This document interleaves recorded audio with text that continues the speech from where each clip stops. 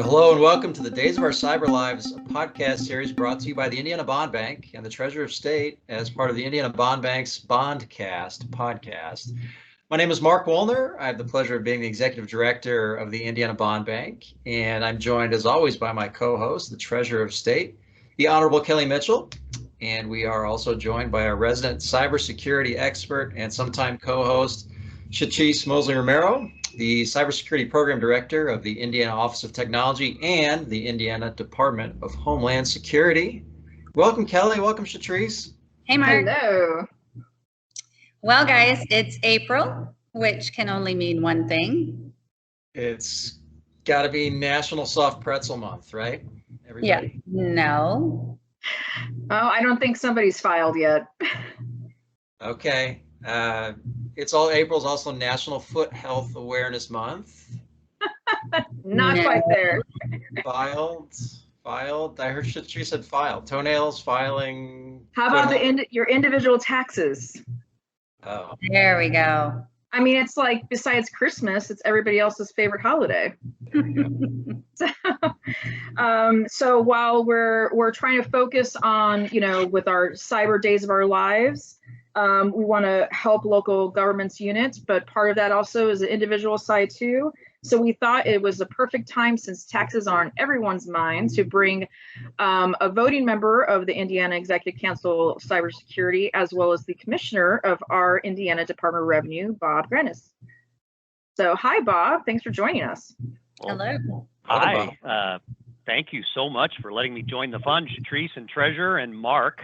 I'm liking how you're connecting things, because pretzels and taxes are good and have a lot of twists in them. So you're on it. There we go. Your favorite guest? That is totally what I was going for, Bob. Sure. I'm just operating on a higher plane than everybody else. That's got to be what it is. Yeah, that's exactly what you're doing, Mark. Anyway, Bob, please just call me Kelly. We are so glad to have you on, and honored that you're taking the time during what has to be one of your busiest times of year. So thank you for making the time. Well, thank you for asking me to join the fun, because I know maybe some people find that hard to believe, but the Department of Revenue team takes serving Hoosiers and taxes very seriously, and we actually try to have fun while we're doing it, because we know that folks need us more than ever. And actually, on top of all the things that we do, right at the top of our list are protecting Hoosiers' information and their data, making sure cybersecurity is very important. It's top of mind for everybody. And I'm excited to share with you what our team does to make sure that we are taking care of all of our Hoosiers' data the best we can. That's awesome. So Bob, before we get into it, can you give us just kind of a high level of little bit of background of yourself? I always am curious personally, whenever I hear commissioners of certain agencies, how they get there. It's not like, you wake up as a kindergartner, you think I'm going to be a commissioner of a Department of Revenue.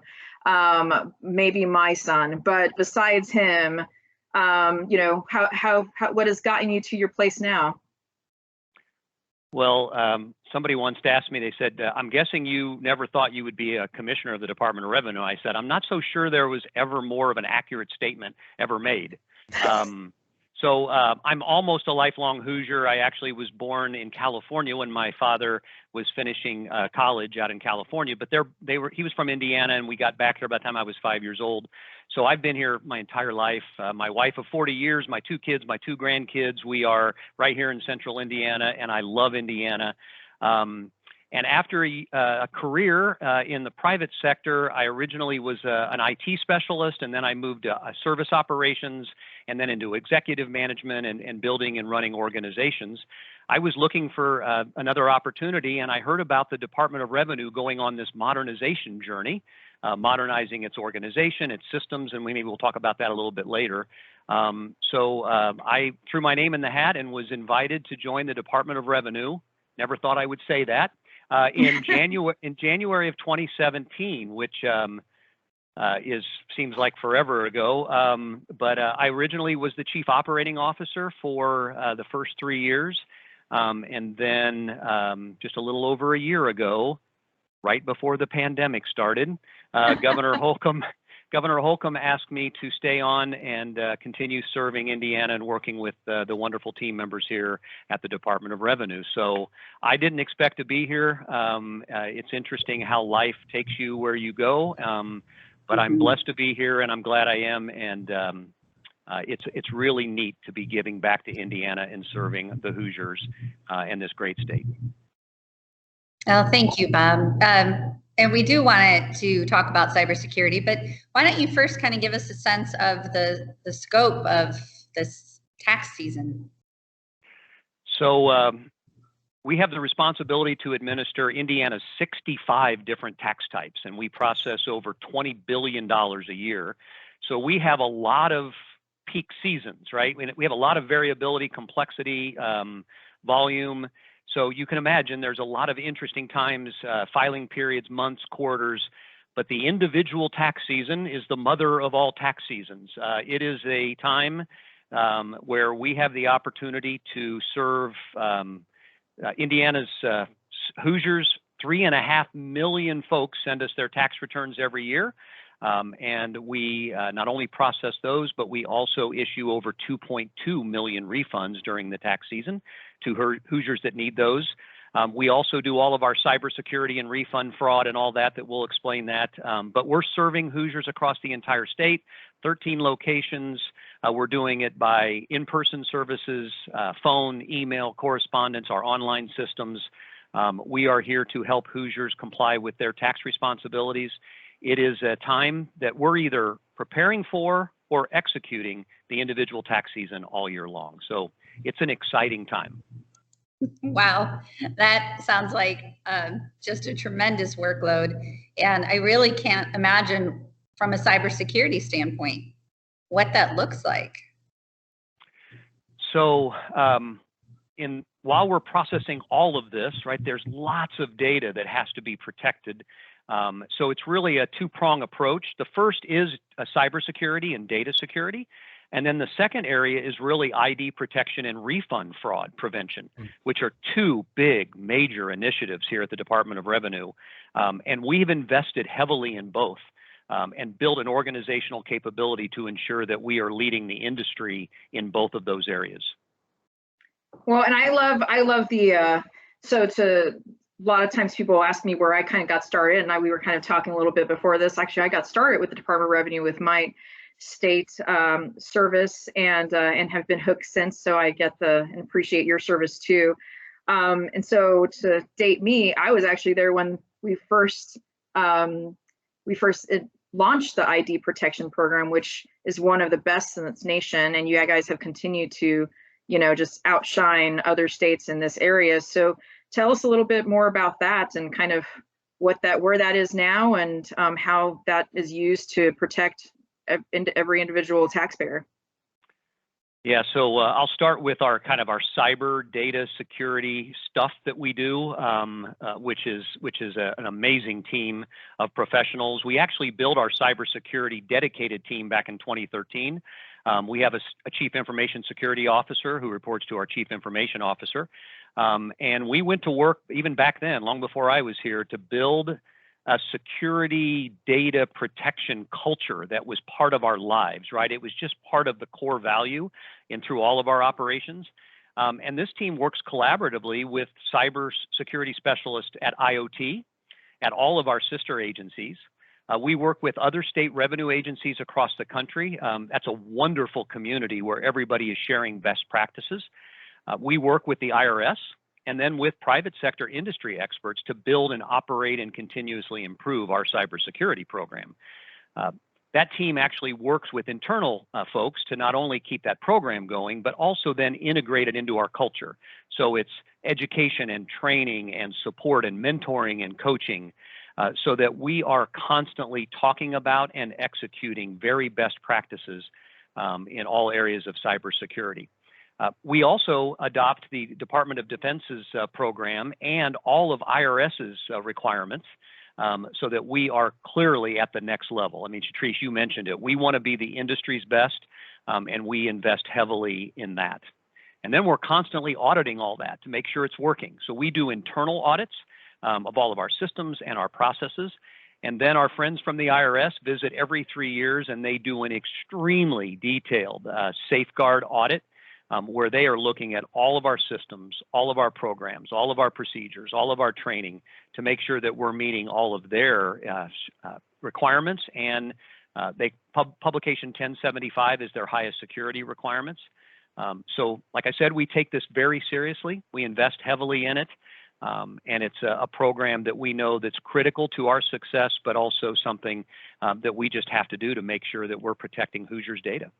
I love how you make it so personal. And you're right, it's such a culture thing at Department of Revenue. I've worked with people there, well, my entire career with the state, but even after I left Department of Revenue and going back and seeing the significant amount of changes that your leadership brought on and the previous commissioner's leadership brought on, is just, it makes it such a, what could just be a very black and white, cold numbers thing is really, you know, an individual. We want to serve the person who has to deal with this, because, you know, there's no escaping it.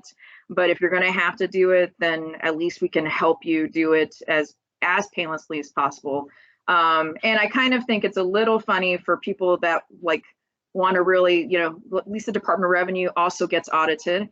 So I think for people who are like, oh, I hate being audited, nobody likes that. But it happens even at the best of levels and the highest of levels. And I think that definitely is a very human thing that you guys have to go through, in addition to what individuals and other businesses have to go through. So, I mean, it just seems, I feel like we're going to be saying this a lot during this podcast, but it just seems like you're doing like a lot. Just obviously the volume of tax returns is a lot. Your cyber infrastructure, I think Chetrice just pointed out, is extensive. It's a lot. Like, and we're all about measuring success, and measurement of, you know, metrics kind of drive a lot, at least over at the bond bank. How do you measure whether this whole infrastructure of cybersecurity is successful? Well, the first thing is, obviously we are constantly auditing ourselves, and we're assessing our audit results and our compliance to all of the requirements. And then obviously outside auditors, we're looking at those as well. You know, we're obviously monitoring any failures, any breaches, which luckily we have not had any of those, but, you know, you've got to constantly look at that. And what may be others outside, what's happening in the industry, and then benchmarking ourselves against those. And then I mentioned this earlier, we work very collaboratively with our revenue team members across the entire country.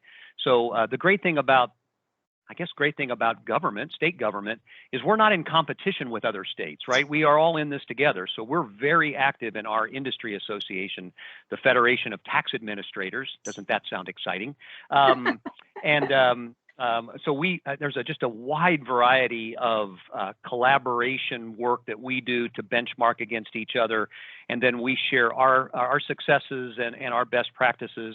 And then and that organization actually recognizes those that are the industry's best. And we've actually been awarded FTA awards for our cybersecurity program. So it's nice to be recognized from the outside. We don't do any of this to be recognized, but that's another way that we know that we are being recognized. We also are constantly being asked to present what we do to all of our colleagues, which is always fun, because they said, let's have Indiana talk about what they do. And we proudly get up there and tell our story, and we share whatever we can, because we want to help people have the best program they can have as well.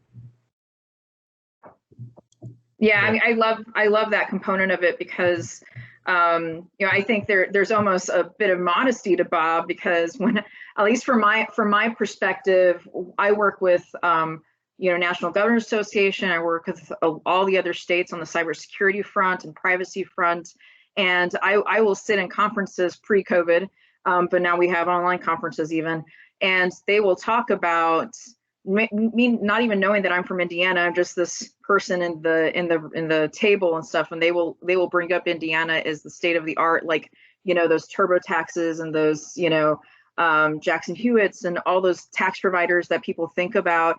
They have raised their bar when it comes to cybersecurity because of things Indiana has specifically done.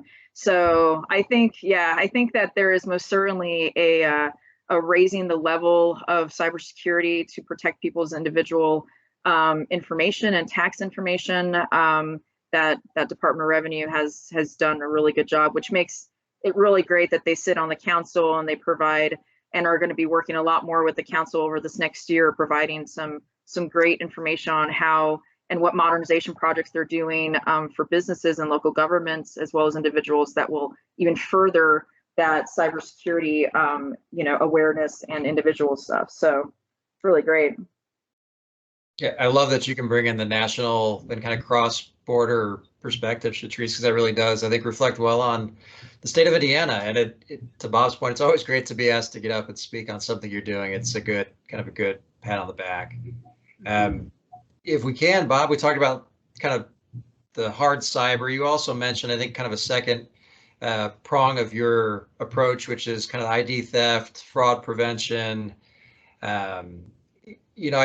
Is that kind of like what we hear in the news of, someone somehow files a fake return and gets a refund in your name? Is that kind of what that second area is that you're looking to prevent? Yeah. So, you really think about protecting data, and then you think about how do people use data to create create schemes and steal data and create fraud. And unfortunately, and we all have experienced this, that there are bad actors out there that are trying to figure out how to steal information and then use that to their advantage. And in the tax refund world, that is a very ripe area for bad actors. Oh, I can imagine. Can you give us an idea of the scope of the attempted fraud that DOR has prevented?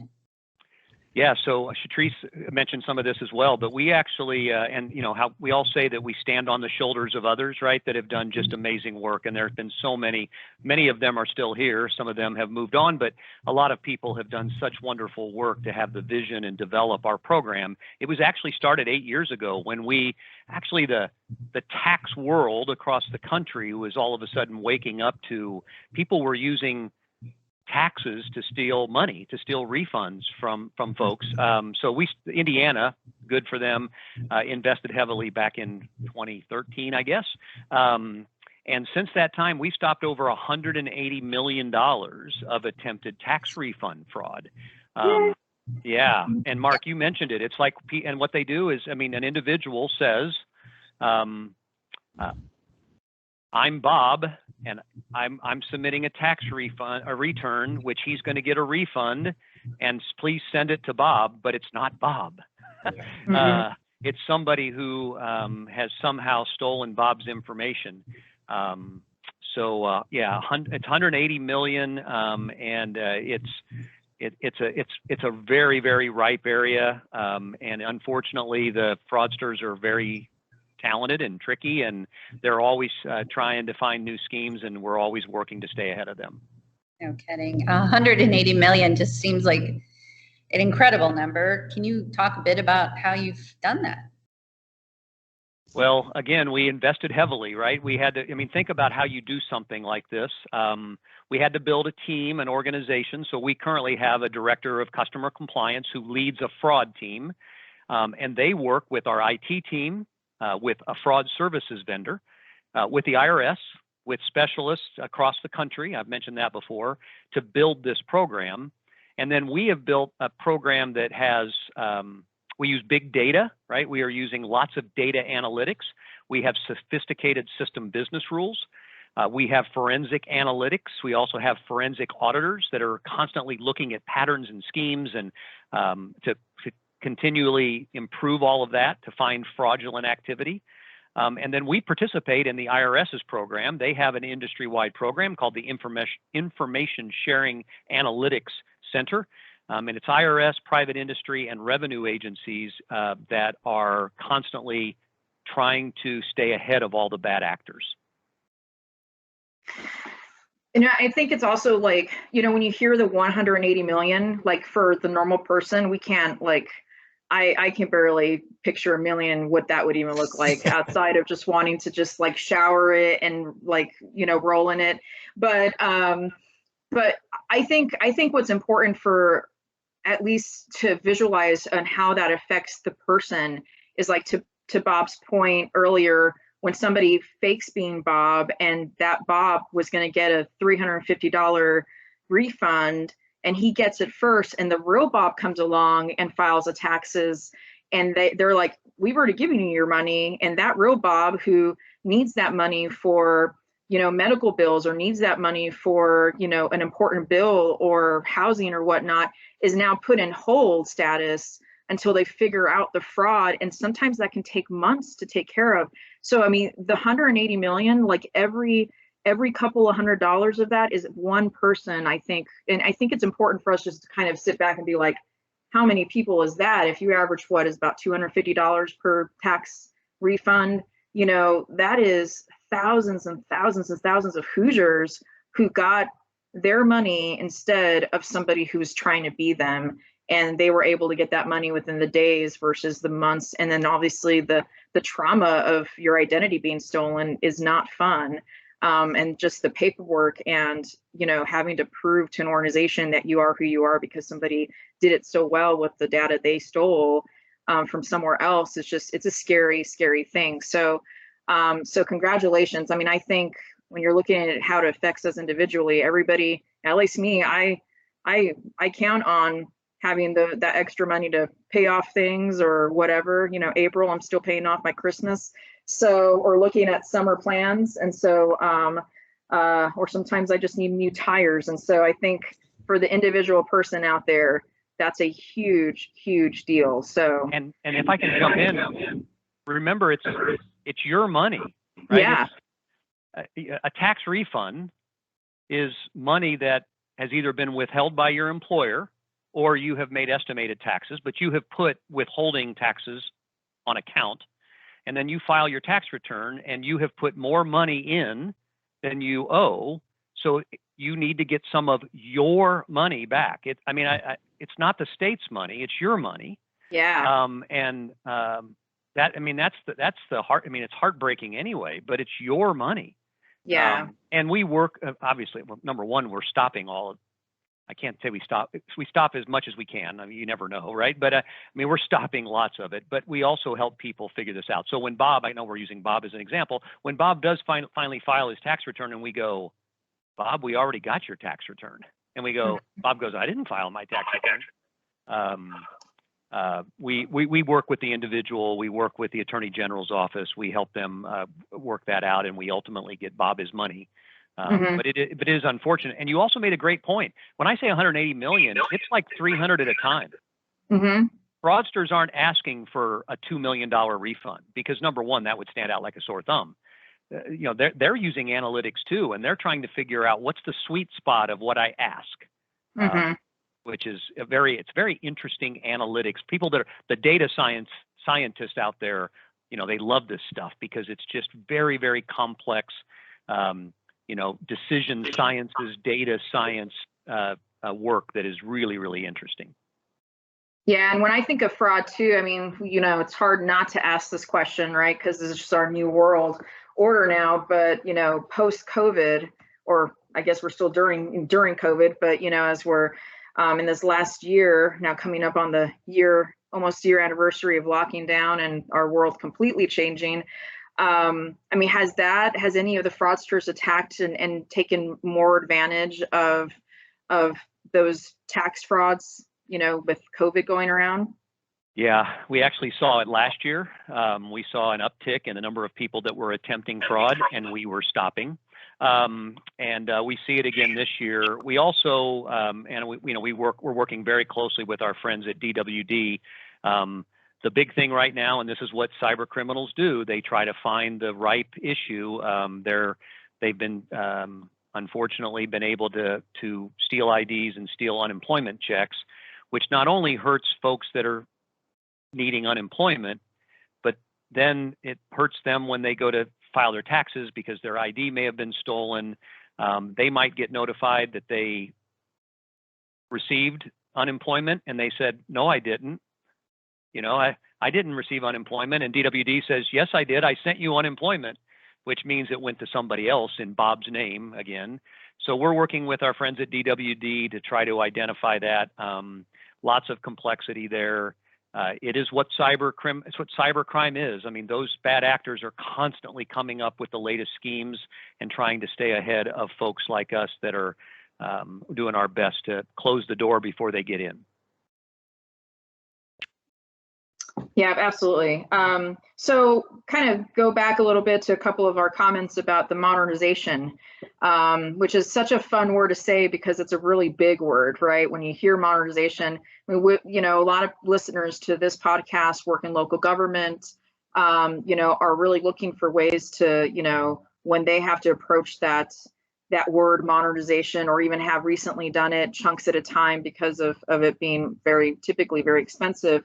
You know, tell us a little bit about, you know, what you guys have been doing, because you guys have been doing a lot of work in that. And I remember, you know, I mean, there was a lot of money that was put forward on that a few budget sessions ago. And but I think people don't realize the importance of it and what this process is going to mean to even local governments later, as things continue to modernize. And obviously anything that is modernized, cybersecurity is the paramount of the backbone of that, because it's not modernization if you're not considering the security of all the data that you're doing that. So tell us a little bit about that.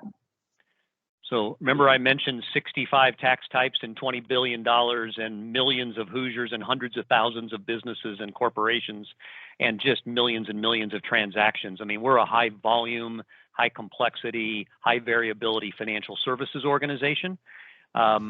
And we're doing all of that on 25-year-old legacy systems.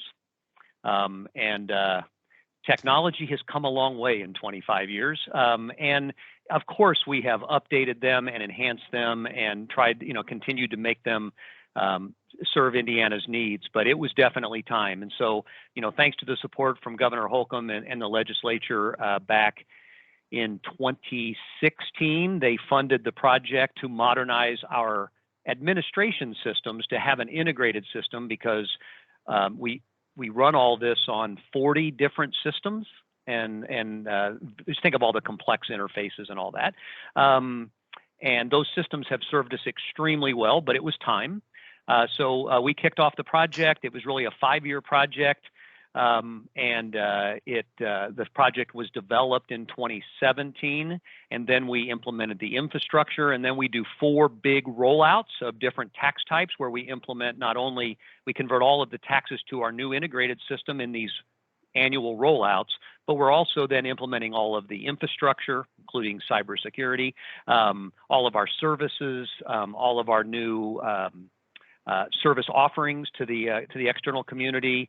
And then we're actually modernizing all of our processes that do that work underlying all of those systems. So it's been a fun, interesting, energizing, and exhausting project that we are 3.5 years through the 5-year project. It has gone wonderfully well. We implemented all of our corporate taxes in September of 2019, all of our business taxes, including sales tax and food and beverage and county innkeepers and all of those taxes, which, by the way, makes up about $11 billion a year that we process. We did that in September of 2020. And believe it or not, this year in September is individual tax, and all of our refund fraud, ID protection, all of that infrastructure goes in this September. So we like to say around here, the fun never stops.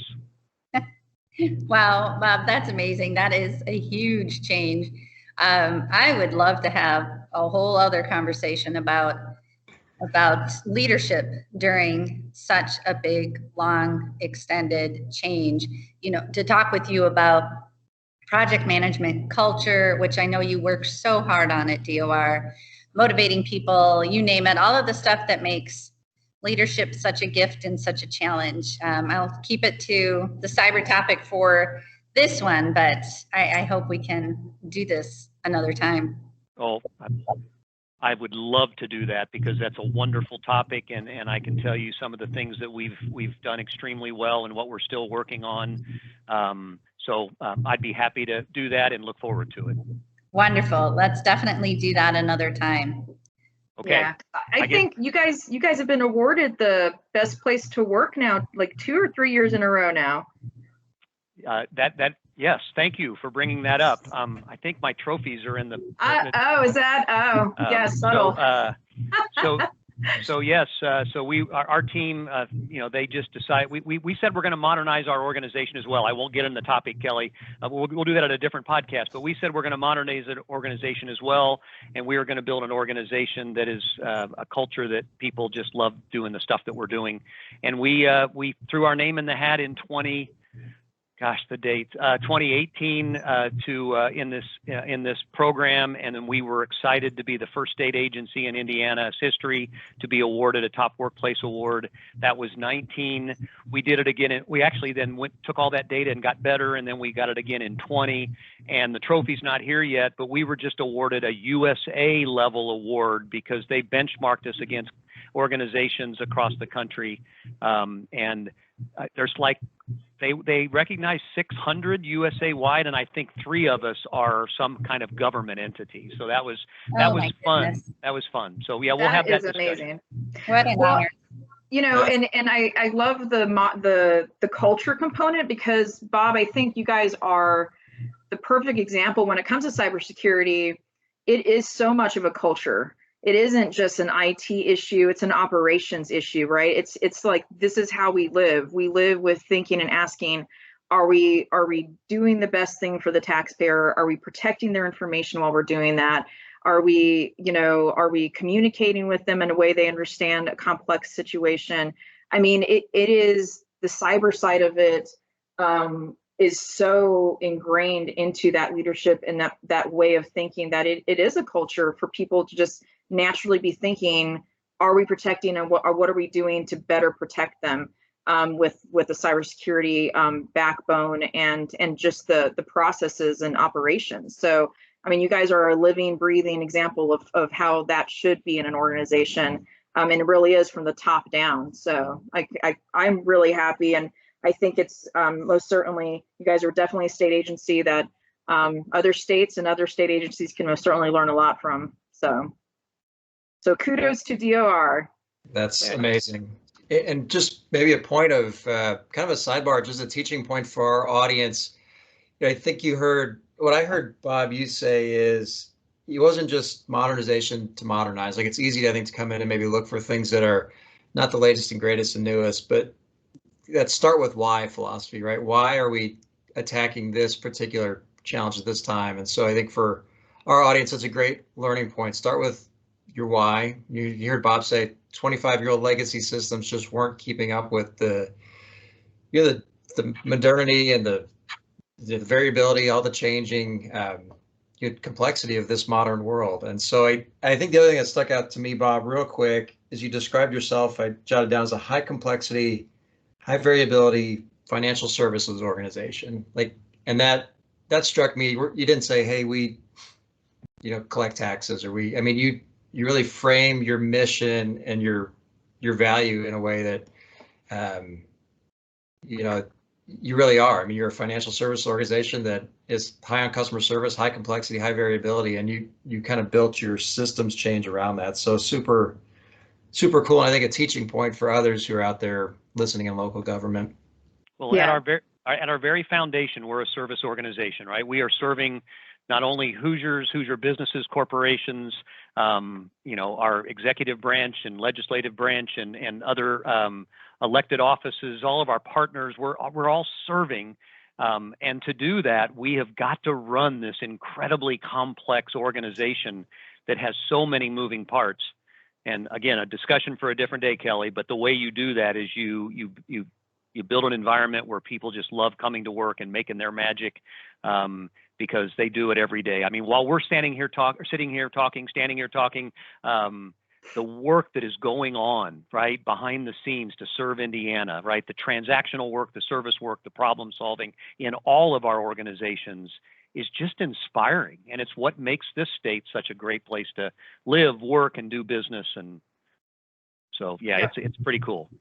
So speaking of business and one of those things, because we love as Indiana to put in front of things. So I have the IN Cyber Hub in Cyber Hub, and you have In Time, right? Tell us a little bit more about what kind of information taxpayers can use In Time for now, and what's coming up down the lane for that.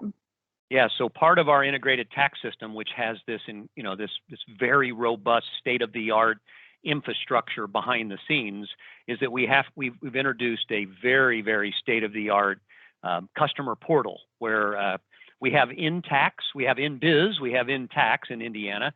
InTax was the Department of Revenue's portal for businesses to do some things in the old system world. It still does some of those things, but in time, we had to come up with an acronym, right? So we came up with Indiana Taxpayer Information Management Engine.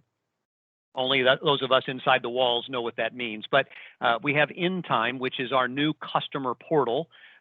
So as we roll out these different tax types, businesses, corporations, tax practitioners, individuals will be able to, just like at your bank, you'll be able to set up an InTime account, and you will be introduced to a long list of state-of-the-art information and services and communication mechanisms and secure messaging.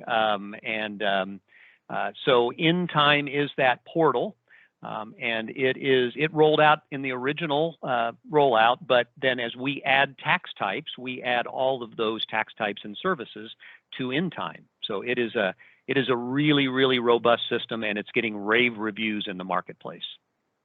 So for our a lot of local government listeners, obviously, Bob, most of them you imagine deal with LIT, local income tax, county innkeeper's tax, food and beverage. Timeline for those to be in the InTime system? So everything has to get more complex before it gets easier, right? So as we're doing this relatively complex conversion, we're adding tax types to our systems. Mm-hmm. So I mentioned corporate taxes were in the first rollout, fully implemented. So all tax practitioners and corporate filers and all those individuals are in InTime. And then last year was the big one for all of our business taxes. So food and beverage, county innkeepers, sales tax, all of our remote sellers, all of those folks. Not LIT yet, because LIT is actually tied to individual taxes. The way that LIT gets calculated and distributed are all part of our individual taxes, which will be this September. But as it relates to the taxes that are in the new, what we call ITS, which is our integrated tax system, that information is already being rolled out. Our team is working with a lot of our local partners to give them new reporting, new information. We actually have done some pilot groups. We had them help us develop some of the information they get, because in the old system, it used to be specific queries they had to ask for, and we had to give it to them in a Excel spreadsheet. That now is all being automated.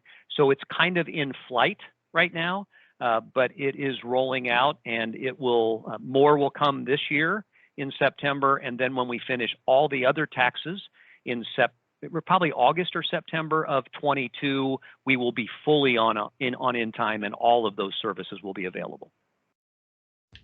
That's amazing. Thank you. I didn't think I'd be that excited about taxes, Bob. This has been great information. I'm looking forward to the we're done party. Hopefully we'll be invited. Yeah.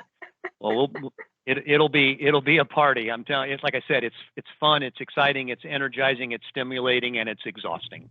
Yes. But you know what? It's a once in a lifetime opportunity. There's a lot of folks that never get a chance to go through something this exciting, and we've inspired people to just want to be part of this, and it's been really neat to see them do that. Yeah, that is the most amazing thing about serving in government. A lot of people don't get enough credit for the amount of passion people have and just wanting to do the right thing and make these programs so people are better served, and our friends and family and neighbors are helped through it. So well, see, this is why I brought Bob, because he's fantastic, and I always love hearing what my good old stomping ground of Department of Revenue is doing. A special place in my heart for them, but they have most certainly a lot to offer when it comes to cybersecurity and best practices and the culture of security and privacy, which is something that no matter how big or small or private or local government, we can all take something from. So I really appreciate Bob joining me today with Kelly and Mark.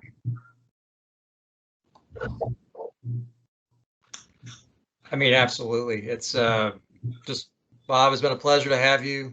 I echo what Chetrice said. It was just a fantastic podcast, and I would think we'd love to have you back. Kelly's already signed us up for a leadership podcast, which I think we'd love to host if you want to do it through the bond bank, or if you have your own Kelly and Bob leadership podcast to compete with us. I think we'd be okay with that too. So I'd go to that. I'd listen. right. Yeah, Bob, thank you. We're just so glad you joined us today. You know, we all interact with DOR and we share our personal information, and it's really great to see what you do to safeguard our information. And I have to tell you, you know, my office works with yours every single day because we get a lot of your phone calls, a lot of the initial calls to DOR. Actually, people start with the treasurer's office, so we send a lot of people your way. So we feel like partners for sure. But we know that Indiana is in great hands with you and your team. Well, it is an amazing team of dedicated Hoosiers.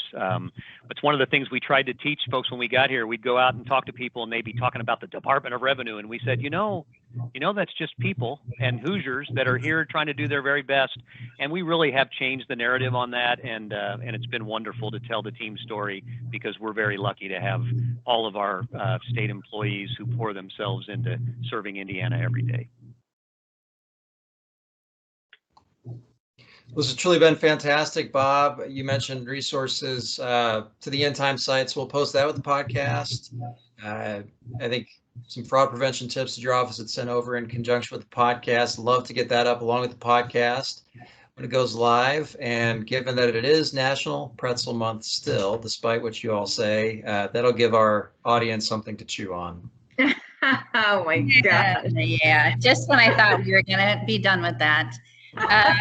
Bob, thank you again. Chetrice, a pleasure as always. Always. Yeah. For the Indiana Treasurer of State's office, this is Kelly Mitchell signing off. And for the Indiana Bond Bank, thank you all for listening and watching. We are nuts about this podcast. And if you are too, subscribe to the Indiana Bond Bank's YouTube channel, or you can get the audio version of the podcast anywhere your favorite podcasts are hosted. Knots, pretzels, nuts about the podcast. No. All right. Anybody. Well, anyhow, thanks for tuning in. Thank you, Bob. And thank you all for tuning in to Days of Our Cyber Lives, the Indiana Bond Bank Bondcast. We'll see you next episode. Take care.